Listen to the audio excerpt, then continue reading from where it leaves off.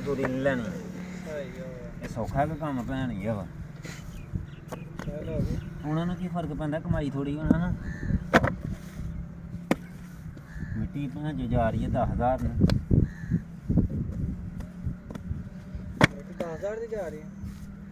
10,000 ਚ ਹੀ ਇੱਟ 9.5 10 10,000 ਦੀ ਇੱਟ ਜਾ ਰਹੀ ਹੈ ਹਾਂਜੀ